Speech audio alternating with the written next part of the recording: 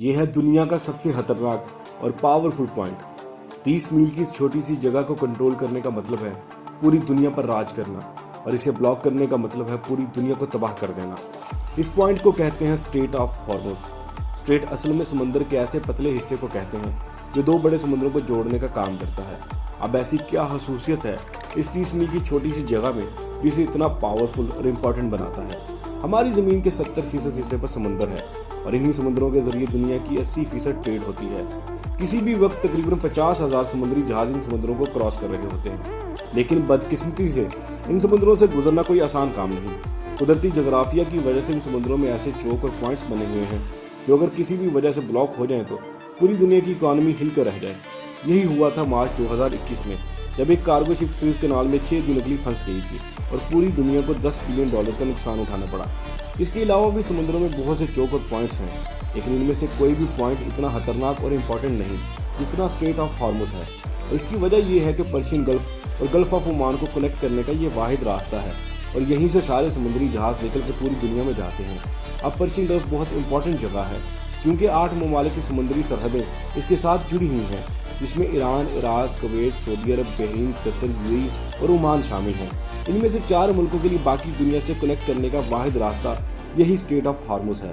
اب اگر آپ مڈل ایسٹ کے بارے میں تھوڑا بہت جانتے ہیں تو یہ آپ کو پتہ ہی ہوگا کہ مڈل ایسٹ کی پہچان اس کا تیل ہے۔ یہ تیل آج بھی ہماری دنیا کا سب سے بڑا انرجی سورس ہے۔ پوری دنیا کی 33% انرجی کنزمپشن تیل سے ہوتی ہے، چاہے وہ ٹرانسپورٹ کے ذریعے ہو جیسا کہ گاڑی، ٹرین، جہاز یا بجلی بنانے والے پاور پلانٹس۔ ان تمام سیکٹرز میں 70% آئل استعمال ہوتا ہے۔ اب آئل کا مسئلہ یہ ہے کہ یہ دنیا میں بہت کم جگہوں پر پایا جاتا ہے۔ اس سرکل میں دنیا کا آدھا تیل ان 8 ممالک کے پاس ہے، اور بات صرف یہیں ختم نہیں ہوتی۔ دنیا کے 40% نیچرل گیس کے ریزرو بھی اسی سرکل میں موجود ممالک کے پاس ہے۔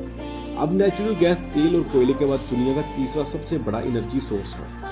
برٹش پیٹرولیم کے مطابق ایران کے پاس دنیا میں سب سے زیادہ گیس کی ریزروز ہیں۔ تو ہم یہ کہہ سکتے ہیں کہ پورے پرشین گلف میں تیل اور نیچرل گیس کے اتنے زیادہ ذخائر ہیں جتنے شاید ہمارے پورے پلانٹ میں کہیں نہیں، اور اس لیے پوری دنیا کی 15% انرجی سپلائی اسی پرشین گلف میں موجود ممالک سے آتی ہے۔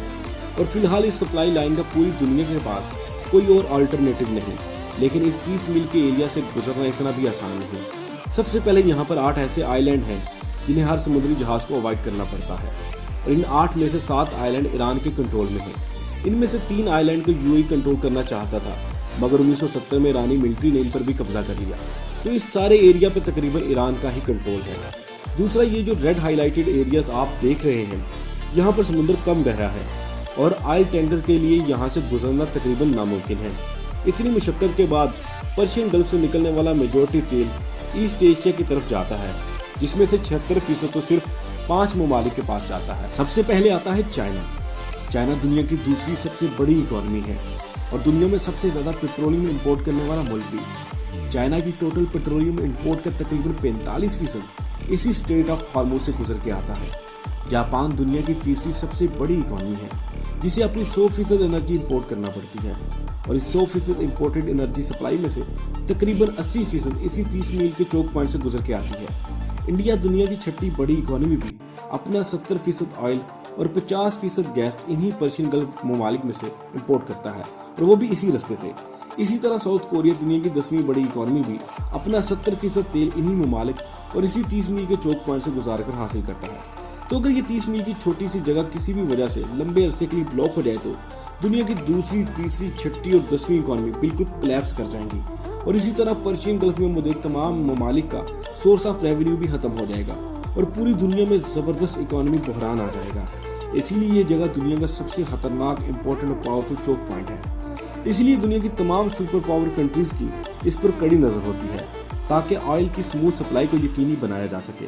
اگر یہ چوک پوائنٹ کبھی بلاک ہوتا ہے تو نہ صرف دنیا میں مالی بحران آئے گا، بلکہ دنیا میں تیسری جنگ عظیم کی شروعات بھی ہو سکتی ہے۔